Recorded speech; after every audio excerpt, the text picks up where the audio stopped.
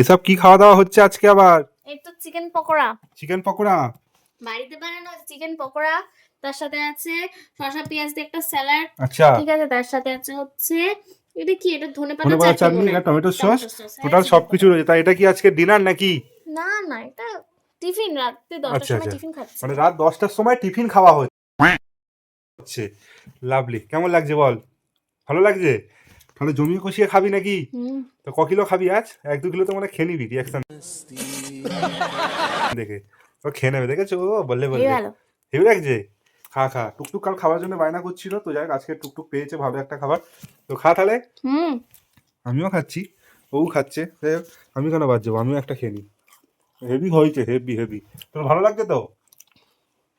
আমি হেভি লাগছে, মোটামুটি হেভি। 1-2 কিলো আজকে খেয়ে নেবো, দুজনেই 1-2 কিলো খেয়ে নেবো। ইয়েস। চ, টাটা টাটা। টাটা, আমরা খেতে লাগি, চলো বন্ধুরা।